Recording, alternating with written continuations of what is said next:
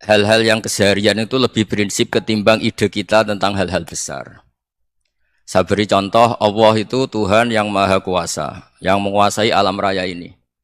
Kadang-kadang menjelaskan dirinya itu hanya alladzi at'amahum min ju'. Saya ini Tuhan yang memberi makan kamu saat Anda lapar, saat kalian lapar.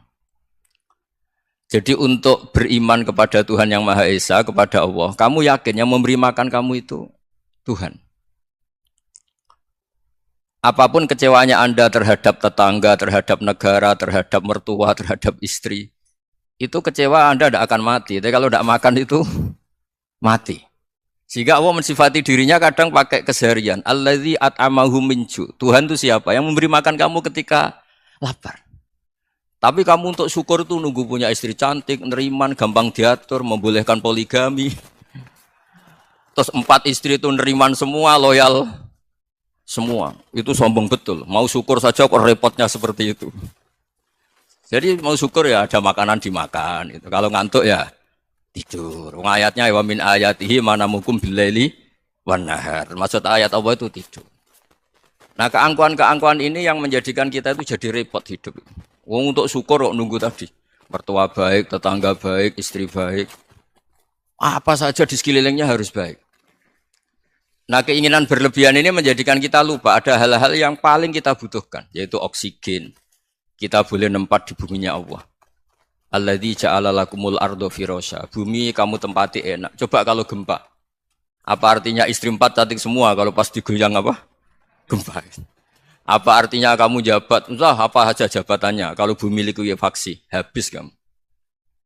Kiai meskipun dai kondang umatnya jutaan, kalau likuifaksi di panggung hancur. Tapi nikmat-nikmat yang disebut Allah seperti kita kaji keseharian. Alladzi ja'ala lakumul ardo mahda. Allah itu yang menjadikan bumi dalulan, yang mudah diinjak. Famshu fi mana biya, silahkan pakai jalan-jalan. Jadi saya termasuk benar-benar kiai Jawa. Kalau kerennya Kiai Nusantara atau Kiai Indonesia lah. Diajari bapak saya Kiai Haji Nur Salim, diajari Mbah Maimun. Itu Islam itu keseharian. Karena ketika Anda memilih hal-hal yang serius, itu tujuan utamanya nyari ridhonya Allah. Dan ridhonya Allah bisa kamu dapatkan sesuatu yang pasti benar. Misalnya dalam sebuah hadis Sahih Muslim disebutkan, Innallaha la yardha 'anil 'abdi idza akalal akla fayahmadahu 'alaiha. Aw yashroba syarba fayahmadahu 'alaiha. Itu redaksinya inna itu sesungguhnya. Layardo juga pakai lam taukid, juga maknanya sesungguhnya. Sungguh-sungguh Allah sangat ridho ketika seorang hamba itu makan. Makan ketika sesuap nasi dia muji Allah, ketika minum seteguk nasi dia muji Allah. Itu kalau orang diridhoni Allah itu wali betul. Itu untuk jadi wali itu gampang, kamu makan ridho. Kamu nginjak buminya Allah ridho seneng. Kamu hidup keseharian aman seneng. Nah ini supaya sampean kita semua lah. Kita semua ngaji betapa panduan Rasulullah untuk menggapai ridho Allah itu banyak yang keseharian sekali.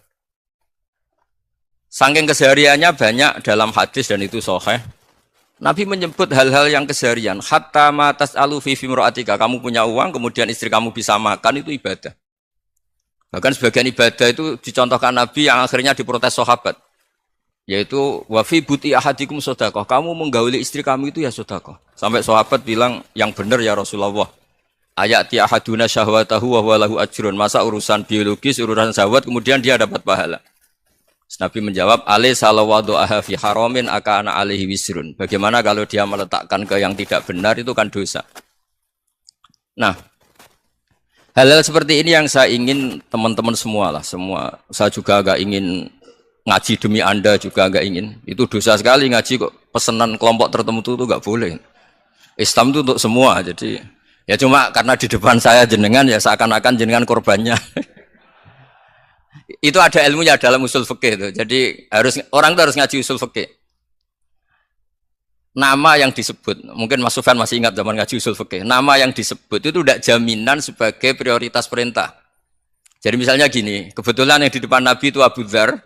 Nabi ya bilang, ya Abu Dzarin ini uhibbuka misalnya, atau ya Mu'ad ini uhibbuka, atau ya Abu Hurairah ini uhibbuka misalnya. Banyaklah riwayat yang Nabi nyebut ya Abu Dzarin, ya Mu'ad, ya Abu Hurairah.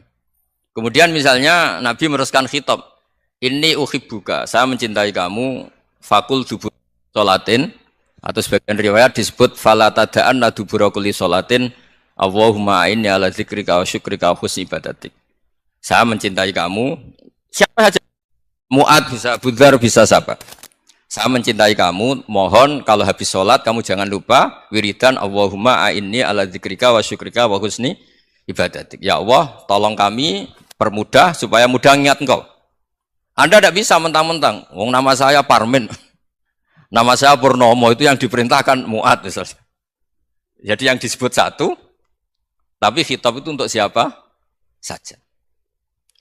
Saya teruskan ya. Jadi saya mohon semua kita melakukan kebaikan itu, kalau dalam kaidah fikih disebut al-yakin la yuzalu bisyak. Banyak kebaikan yang kebenarannya itu 100%. Tidak punya efek samping ke